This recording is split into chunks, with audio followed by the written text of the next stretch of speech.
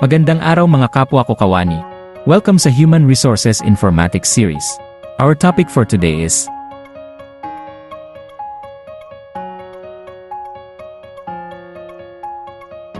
Magandang araw mga kapwa kawani. Pamilyar ka na ba sa acronym na PRIME HRM? PRIME HRM o Program to Institutionalize Meritocracy and Excellence in Human Resource Management.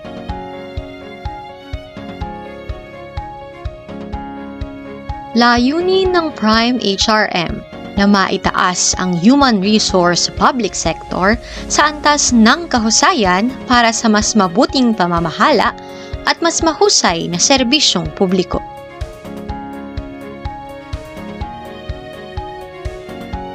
Ang PRIME HRM ay nakaangkla sa prinsipyong EOP o Equal Opportunity Principle na naglalayo ng pagkakapantay-pantay sa pagpapatupad ng HR procedures sa apat na core areas ng human resource management.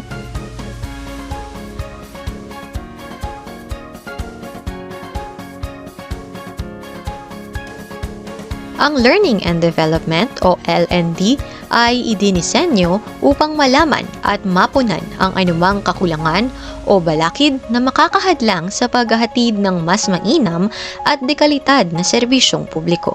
Ito ay tumutukoy sa mga aktibidad o pag-aaral na magpapaunlad sa kaalaman, kakayahan at pag-uugali ng bawat empleyado sa pamamagitan ng mga seminar, training, workshop o webinar.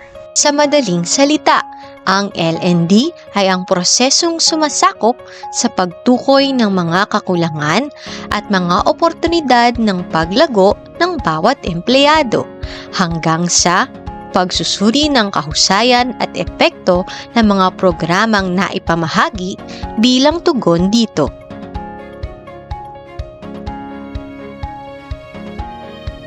Sa ilalim ng L&D ay binuo ang Personal Development Committee o tinatawag na PDC.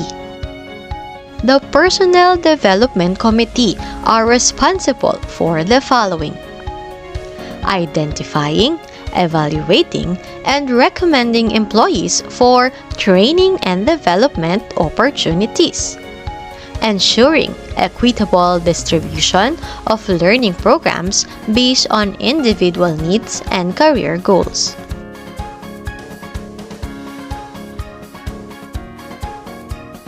Sa kasalukuyan, ang PDC ay binubuo ng mga sumusunod. Chairperson, Dr. Vida Alicia Riala.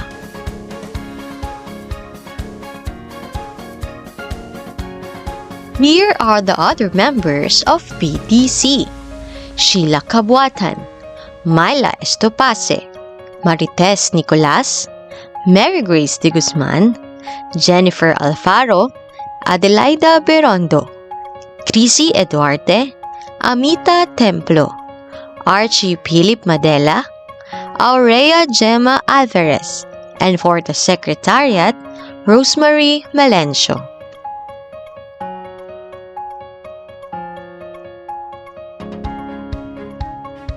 Hayaan niyong ipakita namin sa inyo ang prosesong siklo ng L&D. Analysis o pagsusuri, design o pagdidisenyo, implementation o pagpapatupad, at evaluation o pagkilatis, hanggang sa umikot ito at bumalik sa pagsusuri o analysis. Analysis o pagsusuri. Ito ang proseso ng pagsusuri ng current job requirements o mga kasalukuyang hinihingi ng isang partikular na posisyon.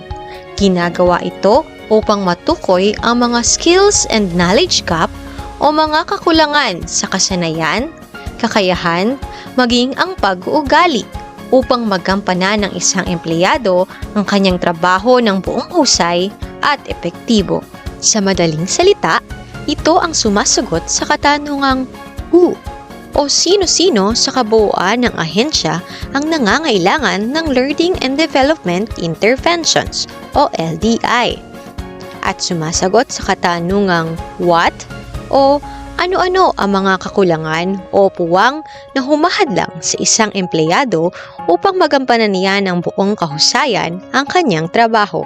Sa tulong ng IPCR o Individual Performance Commitment and Review o ang dokumentong ginagamit upang suriin ang level ng pagganap ng empleyado sa kanyang trabaho batay sa napagkasundoang pamantayan, masisimulan ang pagsusuri ng learning and development.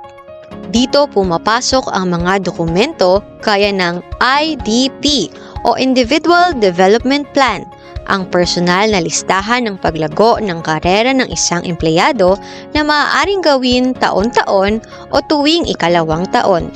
TNA o Training Needs Analysis. Ito ang dokumentong ginagamit upang tugunan ang mga puwang sa kasanayan, kaalaman at pag-uugali sa pamamagitan ng pagtukoy at pagpili sa posibleng pinakamabisang programa at pamamaraan.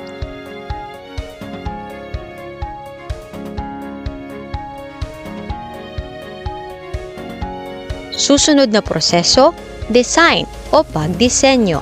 Ito ang prosesong nakatuon sa paglikha ng mga epektibo at mabisang oportunidad ng pagkatuto at pagpaplano ng iba't ibang programa na magpapaunlad sa kakayahan ng bawat empleyado, batay sa mga natukoy na kakulangan at pangangailangan mula sa naunang proseso. Sa madaling salita, ito ang sumasagot sa mga katanungang how o paano matutulungan at matutugunan ang mga puwang at kakulangan ng bawat empleyado at sumasagot sa katanungang when o kailan nararapat isagawa ang mga plano at programang ito. Narito ang mga dokumentong napapaloob sa ikalawang proseso. Training Design. Ito ang dokumentong sumasalamin sa pagpaplano at pagpili ng pamamaraan kung paano bubuuin at ihahatid ang isang programa habang isinasaalang-alang ang mga natukoy na pangangailangan ng bawat empleyado. Course Outlines.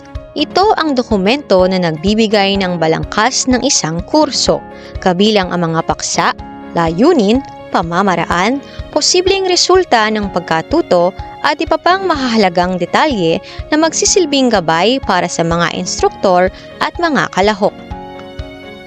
Training or L&D Calendar Plan. Pangkabuoang plano o schedule ng lahat ng mga aktibidad at programa ng isang ahensya na nagsisilbing gabay sa mga empleyado para sa isang buong taon.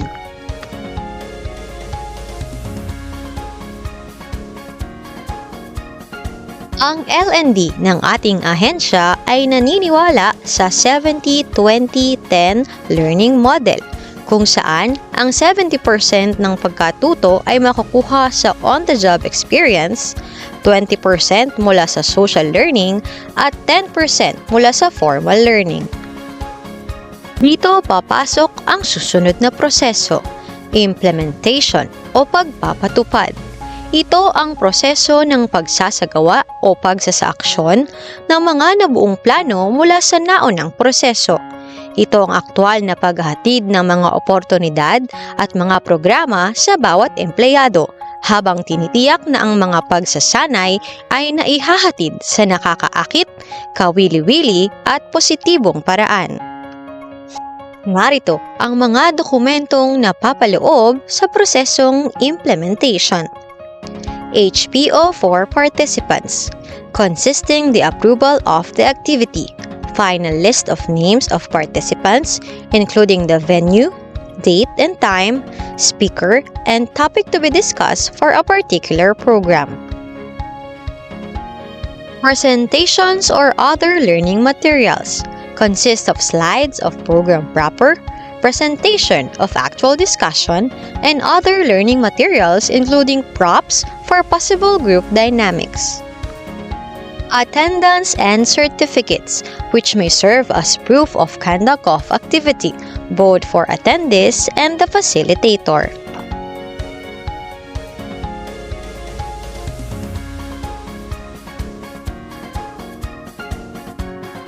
sunod na proseso, evaluation o pagkilatis. Ito ang prosesong sumusuri sa bisa ng mga programa at pagsasanay na naihatid sa pamamagitan ng pagkuha ng feedback o evaluation sa mga empleyadong lumahok sa programa. Ito rin ang panahon ng pagsukat ng epekto ng pagsasanay sa pagganap nila sa kani-kanilang trabaho matapos ang pagdalo sa programa upang matukoy ang mga aspeto na dapat panglinangin at pagbutihin. Narito ang mga dokumentong napapaloob sa prosesong evaluation. Pre- and post-test. Ito ay ang simple, direkta, ngunit epektibong paraan upang sukatin kung naging epektibo at matagumpay na naibigay ng programa ang mga nilalayong kaalaman at kasanayan.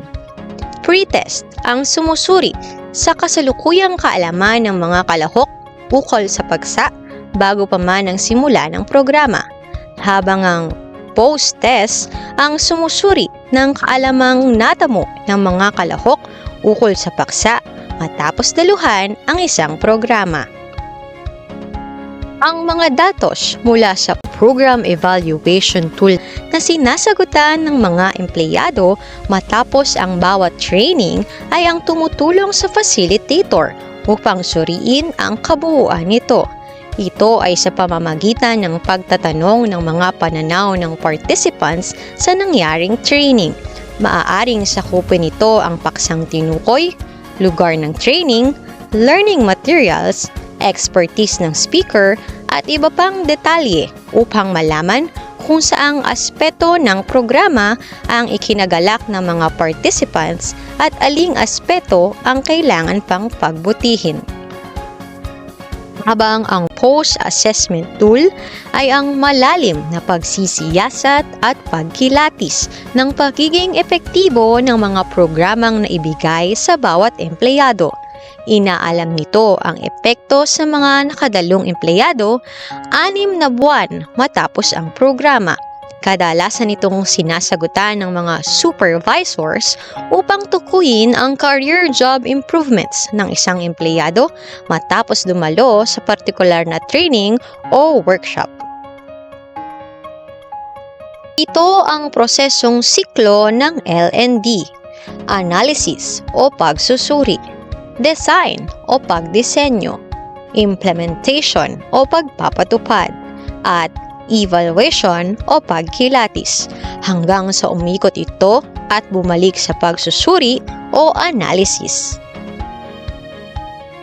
Layunin ng learning and development na ang bawat empleyado sa kanyang tungkulin ay mabigyan ng oportunidad ng kaalaman at kasanayan upang linangin siya sa kasalukuyan, ihanda siya sa kinabukasan at tiyaking epektibong naihatid, naintindihan at naisapuso ang mga kasanayan at kaalaman habang tinataguyod ang continuous learning culture o ang tuloy-tuloy na kultura ng pagsasanay at pag-aaral sa ating ahensya.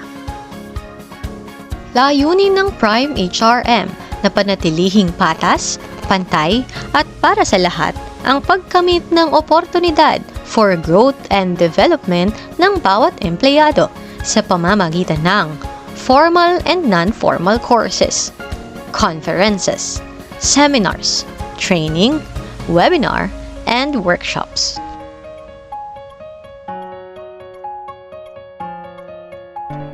Hanggang dito na lang muna mga kapwa ko kawani. Maraming salamat sa inyong pakikinig. Magkita-kita muli tayo hanggang sa susunod na Human Resource Informatics Series. Paalam!